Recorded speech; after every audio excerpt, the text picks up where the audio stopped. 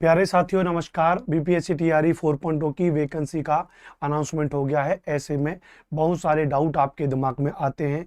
Exam date भी final हो गई है इधर, तो और प्रेशर है अब सिलेबस को लेकर के, एलिजिबिलिटी को लेकर के, एग्जाम पैटर्न को लेकर के, सब्जेक्ट कॉम्बिनेशन को लेकर के, या अन्य जितने भी डाउट्स हैं। तो आज की क्लास में विधिवत तरीके से सारे डाउट्स मैं क्लियर करूंगा। आप वीडियोस को पूरा देखिएगा। आपके मन में जो जो एक एक डाउट आएगा, सारे डाउट मैंने इसमें ले रखे। तो चलिए शुरुआत करते हैं फटाफट से। सबसे पहले हम इसमें जिन चीजों के बारे में बात करेंगे, परीक्षा आयोजन जो संस्था है उसके बारे में, भर्ती क्यों कराई जाती है बहुत फ्रेशर वाले बच्चे के लिए। कोई भी फ्रेशर बालक अगर इस बार टीआरई 4.0 ही दे रहा है पहली बार, तो ये वीडियो उसके लिए भी है।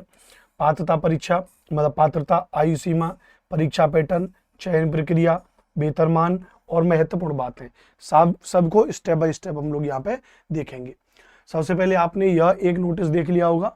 यह नोटिस आया था बिहार लोक सेवा आयोग की तरफ से, जिसमें कहा गया था कि 16 दिसंबर से लेके 19 दिसंबर तक आपकी परीक्षा होगी और 20 जनवरी 2026 को उसका रिजल्ट आउट हो जाएगा, और जिसके अंतर्गत 27,910 पदों पर भर्ती आएंगी। हालांकि भर्तियां कम हैं, इनमें वैकेंसीज बढ़ने की पूरी गुंजाइश है, याद रखना। अब सबसे पहले हम बात करेंगे यहाँ पर बीपीएससी टीआरई 4.0 में कंप्लीट इन्फॉर्मेशन के बारे में। परीक्षा आयोजन संस्थान, इसको कौन कंडक्ट कराता है? तो इसको जो कंडक्ट कराने वाली एजेंसी है उसका नाम है बीपीएससी, जिसको बिहार पब्लिक सर्विस कमीशन कहते हैं। हिंदी में बिहार लोक सेवा आयोग इसको कहते हैं। क्या कहते हैं? बिहार लोक सेवा आयोग कहते हैं। यह एक एजेंसी है जो इस एग्जाम को कंडक्ट कराती है। एग्जाम से रिलेटेड जितने भी नियम हैं, एग्जाम से रिलेटेड जो भी सारी चीजें हैं, वो बीपीएससी कराती है। तो बीपीएससी कराती है, तो ये क्या बिहार शब्द आ रहा है, तो ऐसे बच्चों का आता है कि क्या इस टीआरई 4.0 में केवल बिहार के विद्यार्थी फॉर्म भर सकते हैं? नहीं, ध्यान रखना, यहाँ पर मैंने पहले ही नोट करके लिखा हुआ है, संपूर्ण भारत से विद्यार्थी फॉर्म भर सकते हैं। टोटल भारत के विद्यार्थी इसमें फॉर्म भर सकते हैं, परंतु लेकिन आरक्षण केवल बिहार के लोगों को मिलेगा। राज्य का जो रिजर्वेशन है, जैसे यदि आप एससी कैटेगरी से हैं, एसटी कैटेगरी से हैं, ओबीसी कैटेगरी से हैं, ईडब्ल्यूएस के अंतर्गत आते हैं, फिजिकल हैंडीकैप्ड हैं, या जो भी कैटेगरीज हैं, उनमें जो आरक्षण मिलेगा वो राज्य के लोगों को मिलेगा। यानी जो बिहार का अगर एससी कैंडिडेट है, बिहार का अगर एसटी कैंडिडेट है, बिहार का ओबीसी कैंडिडेट है, तो उसको रिजर्वेशन मिलेगा।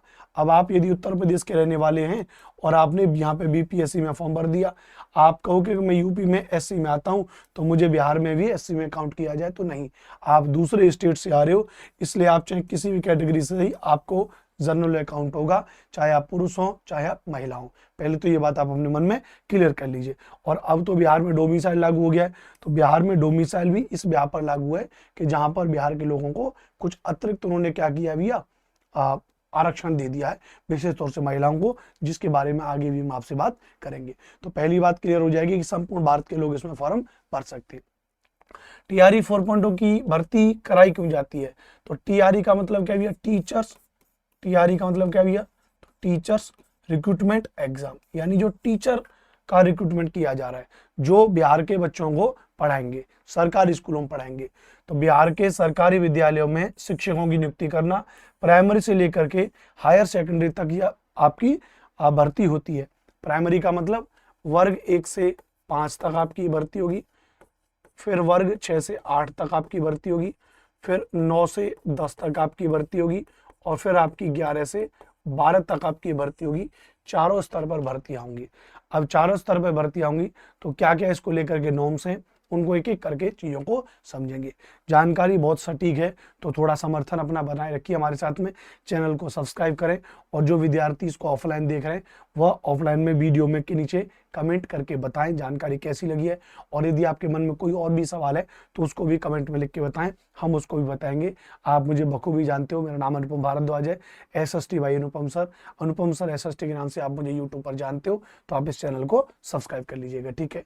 चलो, अब हम सबसे पहले यहां तक हमने आपको बता दिया, भर्ती का उद्देश्य बता दिया, भर्ती वाली संस्था के बारे में बता दिया। अब हम महत्वपूर्ण पॉइंट है पात्रता परीक्षा, एलिजिबिलिटी, कौन इसमें फॉर्म भर सकता है, सबसे पहले बात करेंगे।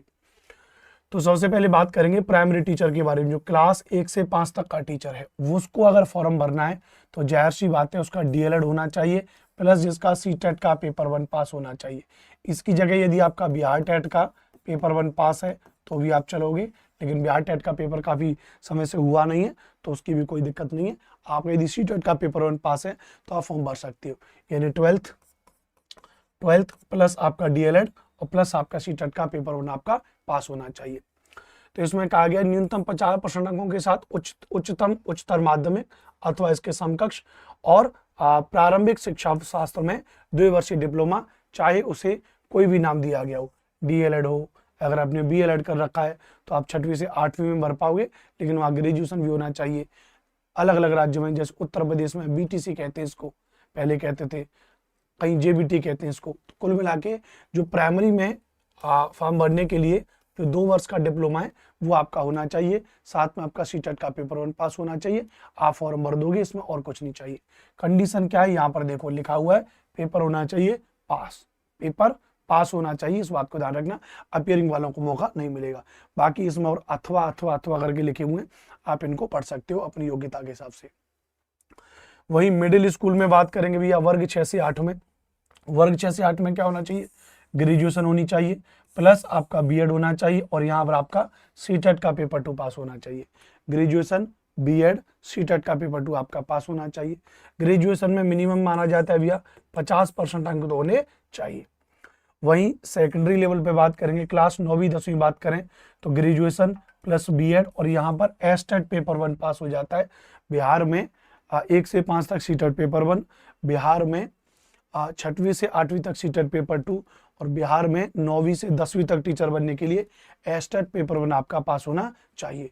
वहीं अगर हम हायर सेकेंडरी लेवल पे बात करें, 11 से 12वीं लेवल पे बात करें तो पीजी यानी पोस्ट ग्रेजुएशन प्लस बीएड और प्लस एस्टेट का पेपर 2 आपका पास होना चाहिए, ध्यान रखना, ठीक है। ये सारे पास होने चाहिए, कोई भी एलिमेंट्री नहीं होगा।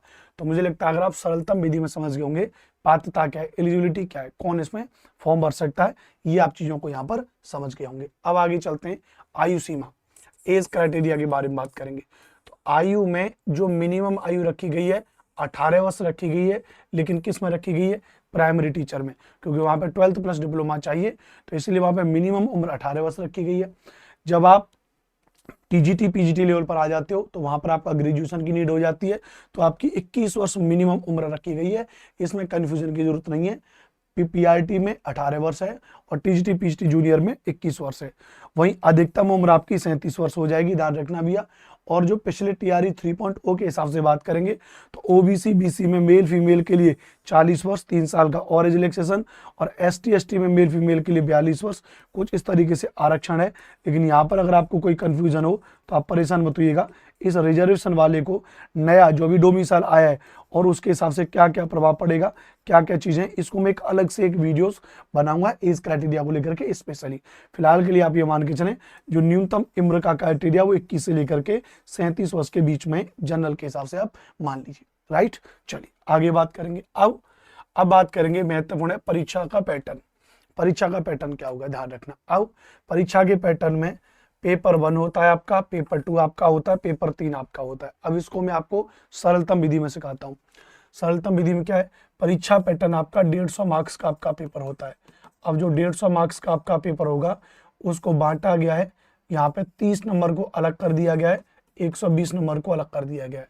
30 नंबर की आपकी लैंग्वेज होती है, भाषा जिसको कहते हैं, और ये भाषा क्वालिफाइंग होती है, 30% ही अंक इसमें लेकर के आने, यानी इसमें 9 नंबर अगर आप ले आए लगभग तो आपका यह पेपर पास हो जाएगा। अगर आप क्वालिफाइंग में 9 नंबर नहीं ला पाए तो आपका आगे का पेपर चेक नहीं होगा। अब 120 नंबर जहां पर जो बच के, यानी जो आपकी कट ऑफ जारी होगी, जो आपकी कट ऑफ जारी होगी वो किस पर जारी होगी, तो वो आपकी 120 नंबर पर जारी होगी, याद रखना। अब 120 में अगर आप पीआरटी का फॉर्म भर रहे हैं, 1 से 5 तक फॉर्म भर रहे हैं तो 120 नंबर का आपको एज टेस्ट पेपर देना है।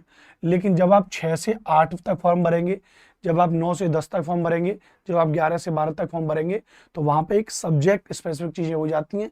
यहाँ पे 1 से 5 में तो कोई स्पेशल सब्जेक्ट होता नहीं, यहाँ पे तो ग्रेजुएशन है नहीं भाई, ग्रेजुएशन होगी तभी तो सब्जेक्ट होगा, पोस्ट ग्रेजुएशन होगी तभी तो सब्जेक्ट होगा।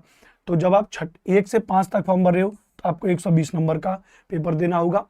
और अगर आप 6 से 8, अगर आप 6 से 8, अगर आप 9 से 10 और अगर आप 11 से 12, 6 से 8, 9 से 10, 11 से 12 में फॉर्म भर रहे हो तो 120 इस तरीके से बढ़ जाएगा, 40 क्वेश्चन और 80 क्वेश्चन, ये 80 क्वेश्चन फिर आपके सब्जेक्ट स्पेसिफिक हो जाएंगे, सब्जेक्ट स्पेशल जो भी आपका सब्जेक्ट है उसके हो जाएंगे।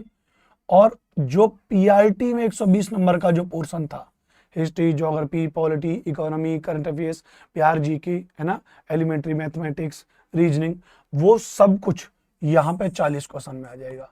ये 40 क्वेश्चन आपका हो जाएगा, कॉमन पेपर हो जाएगा। बात मेरी समझ गए आप? और थोड़ा डिटेल में समझाता हूँ।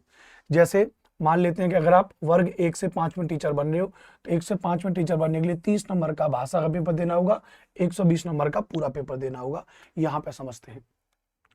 अगर आप यहाँ पे समझते हो, ध्यान रखना, तो हमने क्या कहा यहाँ पे, ये है हमारा 1 से 5 के लिए प्राथमिक विद्यालय, कक्षा 1 से 5 के लिए। तो भाषा क्या लगा, अहर्ता एवं सामान्य अध्ययन।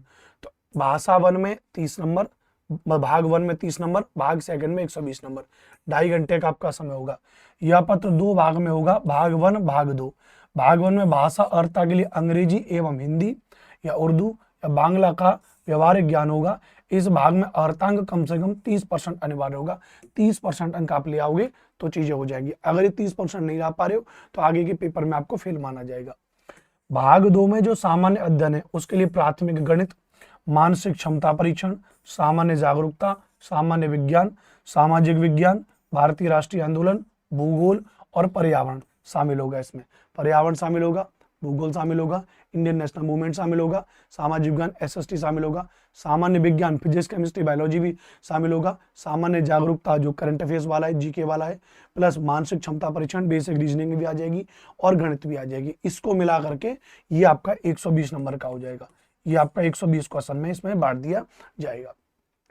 उपरोक्त विषय पत्रों के पाठ्यक्रम एससीईआरटी एनसीईआरटी से संबंधित होंगे, लेकिन इसका स्तर उम्मीदवार हेतु निर्धारित न्यूनतम अर्हता के आलोक में होगा।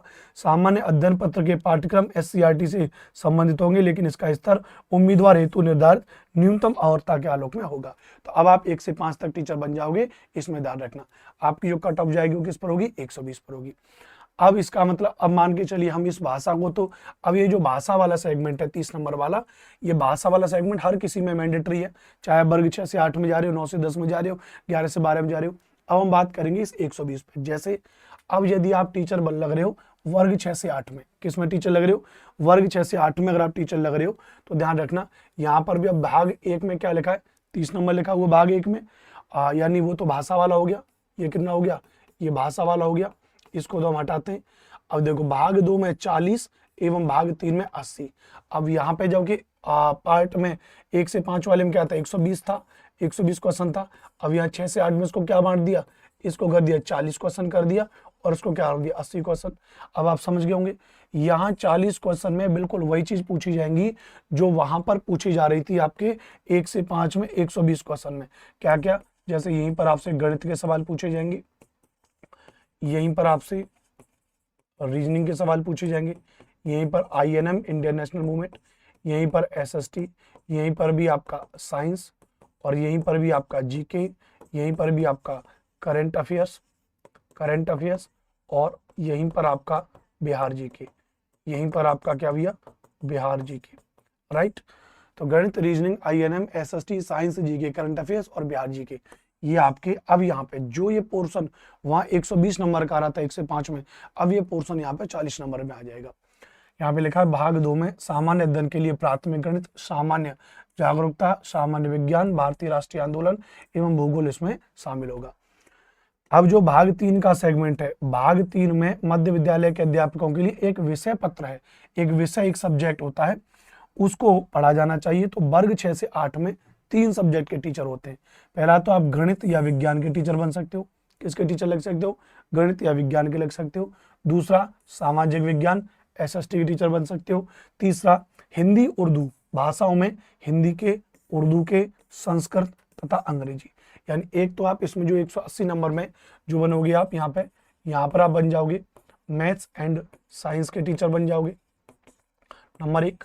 नंबर 2 आप यहाँ पर एसएसटी के टीचर बन जाओगे। नंबर 3 आप यहाँ पर लैंग्वेज यानी भाषा के टीचर बन जाओगे। और भाषा में भी कौन सी भाषा, तो भाषा में भी उर्दू भाषा, भाषा में भी यहाँ पे संस्कृत भाषा, भाषा में भी यहाँ पे अंग्रेजी भाषा, और वही हमारी हिंदी भाषा। इन 4 भाषाओं के टीचर बन जाओगे। अब मान के चलता हूं आप हिंदी भाषा के टीचर बन रहे हो, तो हिंदी भाषा के अगर टीचर बन रहे हो तो आपको 80 क्वेश्चन तो हिंदी के सॉल्व करने पड़ेंगे, आपको 40 क्वेश्चन कॉमन पेपर के सॉल्व करने पड़ेंगे। अब आप कहोगे मैं हिंदी भाषा का टीचर बन रहा हूं तो ये 30 नंबर पर कोई प्रभाव पड़ेगा? नहीं, ये 30 नंबर तो बिल्कुल अलग है, इनसे आपका कोई मतलब नहीं है। अब यहाँ से एक थोड़ा सा डाउट शुरू होता है। क्या डाउट शुरू होता है? वो डाउट शुरू होता है आपका सब्जेक्ट कॉम्बिनेशन। सब्जेक्ट कॉम्बिनेशन अब थोड़ा समझ लो। जैसे वर्ग 6 से 8 के सामाजिक विज्ञान के चयन करने वाले अभ्यर्थी एसएसटी जिनका है, यदि सेक्शन 1 में इतिहास विषय का चयन करते हैं और सेक्शन 2 में भूगोल, अर्थशास्त्र, राजनीतिक शास्त्र विषय में से किसी एक विषय का चयन करेंगे, और यदि अभ्यर्थी द्वारा सेक्शन 1 में भूगोल विषय का चयन करते हैं तो सेक्शन 2 में अर्थशास्त्र, राजनीतिक शास्त्र विषय में से किसी एक विषय का चयन करेंगे। उपरोक्त विषय पत्रों के पाठ्यक्रम एससीईआरटी एनसीईआरटी से संबंधित होंगे, लेकिन इसका स्तर उम्मीदवार हेतु निर्धारित अर्हता के आलोक में होगा। अब थोड़ा सा आप यहाँ पर समझने की कोशिश करिए वर्ग 6 से 8 में। अब जैसे अगर आप एसएसटी के टीचर बन रहे हो तो एसएसटी के टीचर के लिए जरूरी है, ध्यान रखना भैया, जरूरी है कि आप एक सब्जेक्ट हिस्ट्री या ज्योग्राफी में से एक सब्जेक्ट आप चयन करोगे। एक सब्जेक्ट कौन सा चयन करोगे आप? सेक्शन 1 में इतिहास विषय का आपने चयन किया है तो आप इतिहास अगर चयन कर लिया तो दूसरे विषय में ज्योग्राफी, पॉलिटी, इकोनॉमी चयन करोगे। यानी हिस्ट्री या ज्योग्राफी में से कोई एक सब्जेक्ट आपको चयन करना पड़ेगा, इस बात को ध्यान रखना। हिस्ट्री या ज्योग्राफी में से आपको क्या करना पड़ेगा भैया? कोई भी एक सब्जेक्ट का आपको यहाँ पर चयन करना ही पड़ेगा। बात क्लियर है? अच्छी बात है, हाँ बहुत बढ़िया। अब दूसरी बात चलेंगे, यहाँ बात आपको समझ में आ गई, ठीक है। अब हम आते हैं, ध्यान रखना भैया, पाठ्यक्रम 3 पर आ जाएंगे। ये हो जाएगा अब वर्ग 9 और 10 के लिए, वर्ग 9 10 के लिए, और जो 6 और 10 के लिए डायरेक्ट होगा जो अनुसूचित जाति कल्याण विभाग के अंतर्गत आती है। आप 9 और 10 समझिए इसको सीधा। 9 और 10 के अंतर्गत अगर हम आएंगे तो बात वही है भैया, भाग 1 कॉमन है, भाग 40 भी अब आपके लिए कॉमन हो गया और भाग 80 भी आपके लिए कॉमन हो गया। कैसे? भाग 1 में भाषा, हिंदी, उर्दू, बांग्ला, अंग्रेजी के अलावा उसके अलावा 30%, भाग 2 में कॉमन पेपर, और भाग 3 में इसके अंतर्गत 9-10 के लिए एक विषय पत्र है। उम्मीदवारों द्वारा इन पत्रों में से किसी एक पत्र का चुनाव किया जाना है, जिसमें हिंदी के टीचर बन सकते हो, बांग्ला, उर्दू, संस्कृत, अरबी, फारसी, अंग्रेजी, विज्ञान, गणित, ललित कला, नृत्य, शारीरिक शिक्षा, मैथिली, संगीत एवं सामाजिक, अच्छा वो हटा दिए मैंने, सामाजिक विज्ञान के टीचर यहाँ पर बन सकते हो। इसके अलावा कुछ कुछ और भाषा हैं जिनके आधार पर आप टीचर बन सकते हो। अब इनके भी क्या सब्जेक्ट कॉम्बिनेशन होंगे आखिरी में आपको बताऊंगा, ध्यान रखना है ना। आपको तो यहीं पे एक साथ पहले आपको सब्जेक्ट कॉम्बिनेशन भी यहीं पर बताता चल रहा हूँ, है ना। हाँ ठीक है। अब थोड़ा सा इसको एक बात देख लो, यहाँ पर जो मैंने बताया था अभी आपको, जो अभी आपका यहाँ पे जो कंफ्यूजन रहा होगा, यहाँ पे जो मैंने आपको बताया था, ये जो मैंने आपको बताया था एसएसटी के अंतर्गत आप कैसे चयन करोगे सब्जेक्ट कॉम्बिनेशन को, थोड़ा सा अलग से मैं आपको यहाँ पर बताऊंगा। इसको मैं लास्ट में बता दूंगा, लास्ट में लिखा हुआ है, ठीक है, कोई दिक्कत वाली बात नहीं है। ऐसे ही आप जाओगे, ध्यान रखना, 11 और 12 के लिए टीचर, 11 और 12 के लिए टीचर जाओगे तो भाग 30, 40 और 80 बिल्कुल कॉमन है। 80 में आप जिन जिन सब्जेक्ट के टीचर बन सकते हो, हिंदी, उर्दू, अंग्रेजी, संस्कृत, बांग्ला भाषा, मैथिली, मगही, अरबी, फारसी, भोजपुरी, पाली, प्राकृतिक और गणित। इसके अलावा भौतिकी, रसायन शास्त्र, वनस्पति विज्ञान, जंतु विज्ञान, इतिहास, राजनीति शास्त्र, भूगोल, अर्थशास्त्र, समाजशास्त्र, मनोविज्ञान, दर्शन शास्त्र, गृह विज्ञान, computer science, business studies, accountancy, संगीत एवं उद्यमिता, कोई भी सब्जेक्ट आपका हो, आप 11-12 में टीचर लग सकते हो। कंफ्यूज मत होइएगा, सब्जेक्ट कॉम्बिनेशन को लास्ट में बताऊंगा। ये हो गया नंबर 5 पे। तो नंबर 5 में हमने आपको क्या बताया था भैया? तो नंबर 5 में हमने आपको परीक्षा पैटर्न के बारे में बताया था। वीडियो बड़ी हो रही है लेकिन बहुत कायदे की इंफॉर्मेशन दूंगा, ठीक, ये पूरा आपको पता चल गया। अब नंबर अगला है चयन प्रक्रिया, सिलेक्शन। तो सिलेक्शन में आपका रिटन एग्जाम होगा, एमसीक्यू, कोई लिखित परीक्षा नहीं है। मेरिट लगेगी, आपका डॉक्यूमेंट वेरिफिकेशन होगा, यानी क्या इसमें साक्षात्कार होगा, इंटरव्यू होगा? नहीं, कोई साक्षात्कार नहीं होगा, कोई इंटरव्यू नहीं होगा, याद रखना। वेतनमान कितना है, सैलरी कितनी है? अनुमानतः प्राइमरी में 25,000 से शुरुआत हो जाती है, लास्ट तक 81,000 तक चली जाती है। जूनियर में 29,000 से लेकर 92,000 तक चली जाएगी। टीजीटी में 35,000 से लेकर के 1.25 लाख तक चले जाओगे। पीजीटी में 50,000 के लेकर के लगभग 1.5 लाख के आसपास तक चली जाओगी। एक अनुमानित सैलरी स्ट्रक्चर है, इस बात को याद रखना, राइट। महत्वपूर्ण बातें, एग्जाम केवल बीपीएससी कंडक्ट कराता है, नेगेटिव मार्किंग सिस्टम लागू नहीं है अकॉर्डिंग टू 3.0।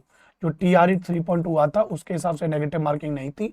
अब अगर 4.0 का ऑफिशियल नोटिफिकेशन जो अगले 1-2 दिन में अगर आ जाएगा तो उसके आधार पर अगर नेगेटिव मार्किंग होती है तो वो हम चीज़ों के बारे में बताएंगे। परीक्षा OMR बेस्ड आधारित होती है, ऑफलाइन होती है। परीक्षा कैसी होती है? परीक्षा आपकी ऑफलाइन होती है, ध्यान रखना। रिजर्वेशन बिहार गवर्नमेंट नॉर्म्स के अनुसार होगा, जो मैं आपको बताऊंगा। इस विज्ञापन हेतु लिए जाने वाली परीक्षा में शैक्षणिक प्रशैक्षणिक योग्यता एवं शिक्षक पात्रता परीक्षा जो सीटेट या स्टेट है कि अपीयरिंग कैंडिडेट को सम्मिलित नहीं किया जाएगा। ये 3.0 में भी सम्मिलित नहीं किया गया था, मैं आपको पहले ही बता गया हूँ। सीटेट और स्टेट कंप्लीट होना चाहिए, ध्यान रखना। इसमें साक्षात्कार नहीं लिया जाएगा। इसमें क्या नहीं लिया जाएगा? इसमें साक्षात्कार नहीं लिया जाएगा। क्लियर है? अच्छी बात। शुल्क के बारे में बात करेंगे। सामान्य व्यक्ति के लिए 750 रुपये लगेगा। अनुसूचित जाति अनुसूचित जनजाति में 200 रुपये, सभी आरक्षित अनारक्षित वर्ग महिलाओं के लिए 200 रुपये है ना, दिव्यांग अभ्यर्थियों के लिए 200 रुपये और अन्य सभी उम्मीदवारों के लिए 750 रुपये। कुल मिलाकर के इसकी कोई दिक्कत वाली बात नहीं है, ये फॉर्म भरने की फीस है। अब आ जाओ आप सब्जेक्ट कॉम्बिनेशन को भी लगे हाथ समझ लो। यानी आज की वीडियोस में मैं जिन चीज़ों के बारे में आपसे बात कर रहा था, आपसे, अगर मैं एक बार ये भी क्लियर कर दूं थोड़ा सा, तो मैं आपसे यहाँ पर सबसे पहले मैंने आपको सिलेबस के बारे में बता दिया था। सिलेबस सब्जेक्ट स्पेसिफिक तो अलग अलग सिलेबस हैं, कभी इतिहास के अंतर्गत क्या आएगा, भूगोल के अंतर्गत क्या आएगा, INM के अंतर्गत क्या आएगा, बिहार के GK का सिलेबस क्या है, मैथ का सिलेबस क्या है, वो तो हमारे हर एक टीचर आपको अलग अलग बताएंगे। लेकिन जो एक ओवरऑल सिलेबस है वो मैंने आपको बताया। एलिजिबिलिटी मैंने आपको बेहतर तरीके से बता दी, अब आप समझ गए होंगे। कोई कन्फ्यूजन है वीडियो को दोबारा देख लीजिए। एग्जाम पैटर्न मैंने आपको समझा दिया, क्या आपका एग्जाम पैटर्न है वो मैंने आपको समझा दिया, कोई डाउट आपका नहीं बचा है। अब जो महत्वपूर्ण बच जाता है वो जाता है सब्जेक्ट कॉम्बिनेशन, कि भाई क्या क्या सब्जेक्ट होना चाहिए, कैसे कैसे है। तो सब्जेक्ट कॉम्बिनेशन आप समझिए, सब्जेक्ट कॉम्बिनेशन 1 से 5 में तो कोई सब्जेक्ट कॉम्बिनेशन नहीं है। क्या नहीं है? 1 से 5 तक तो कोई भी सब्जेक्ट कॉम्बिनेशन नहीं, ध्यान रखना। अब जब 1 से 5 तक कोई भी सब्जेक्ट कॉम्बिनेशन नहीं है तो जो सब्जेक्ट कॉम्बिनेशन आपका शुरू होता है वो आपका शुरू होता है वर्ग 6 और 8 से, क्योंकि वहां पे ही सब्जेक्ट आ जाता है। तो वर्ग 6 से 8 के विद्यालय अध्यापक के लिए गणित एवं विज्ञान के टीचर बन सकते हो, पहले बता चुका हूं। सामाजिक विज्ञान के टीचर बन सकते हो, भाषा विद्यालय के टीचर बन सकते हो। अब इसमें ध्यान रखना, 6 से 8 में भाषा विषय के विद्यालय अध्यापक के लिए स्नातक स्तर पर प्रतिष्ठा आनुशांसिक सब स्टडी विषय के रूप में संबंधित भाषा विषय पठित हो यथा। अब अगर आप ध्यान रखना, अगर आप लैंग्वेज के भाषा के टीचर बनना चाह रहे हो तो जरूरी है कि आपने जो ग्रेजुएशन किया है उसमें ध्यान रखना भैया, उसमें ऑनर्स हो या सब्सिडरी में आपने पढ़ा होना चाहिए। साफ लिखा हुआ है, ऑनर्स होना चाहिए या सब्सिडरी होना चाहिए, याद रखना यथा। अगर संस्कृत भाषा के टीचर बन रहे हो तो संस्कृत में स्नातक हो या शास्त्री की उपाधि हो तो आप फॉर्म भर सकते हो। उर्दू शिक्षक के लिए अगर आप बन रहे हो तो आपने आलिम की उपाधि होनी चाहिए अथवा उर्दू में स्नातक होना चाहिए, तो आप यहाँ पे टीचर बन जाओगे। भाषा को लेकर के कोई कंफ्यूजन आपका नहीं होना चाहिए।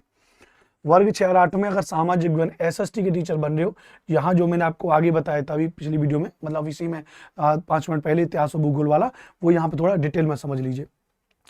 अध्यापक के लिए स्नातक स्तर पर यदि आपने कौन किस सब्जेक्ट से आपने ग्रेजुएशन की होनी चाहिए, तो ध्यान रखना आपने पास ग्रेजुएशन में इतिहास रहा, भूगोल रहा, राजनीति शास्त्र रहा, दर्शन शास्त्र रहा, अर्थशास्त्र रहा, वाणिज्य रहा, मनोविज्ञान रहा, समाजशास्त्र रहा, गृह विज्ञान रहा, और कोई 2 विषय स्नातक स्तर पर पठित होने चाहिए।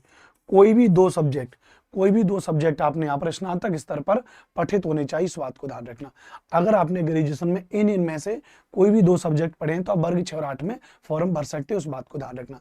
वर्ग 6 और 8 में फॉर्म भर सकते हो, लेकिन जो पेपर होगा वो आपका SST का होगा, ठीक है। उसके बारे में भी हम बात करेंगे 40 क्वेश्चन में, ठीक है। अच्छा, ये फॉर्म भरने के लिए एलिजिबिलिटी है, ध्यान रखना, ये फॉर्म भरने के लिए एलिजिबिलिटी है।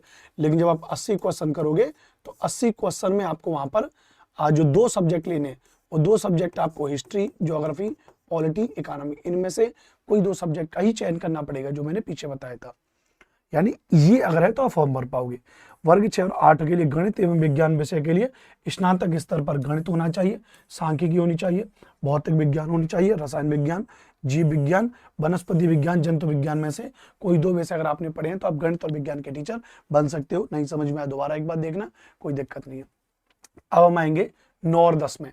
9 और 10 में गणित का टीचर बनने के लिए आपको पता है स्नातक पर आपने गणित के साथ यदि भौतिक विज्ञान पढ़ी है, इलेक्ट्रॉनिक्स को पढ़ा है, कंप्यूटर साइंस आपने पढ़ी है, रसायन विज्ञान पढ़ी है, सांख्यिकी विषय में से कोई दो विषय स्नातक स्तर पर पठित हो अथवा इंजीनियरिंग आपने किया है और इंजीनियरिंग में स्नातक स्तर पर आपने गणित की विशेषज्ञता हो, आपने गणित पढ़ा हो अपनी इंजीनियरिंग में, तो आप फॉर्म भर सकते हो 9वीं 10वीं में।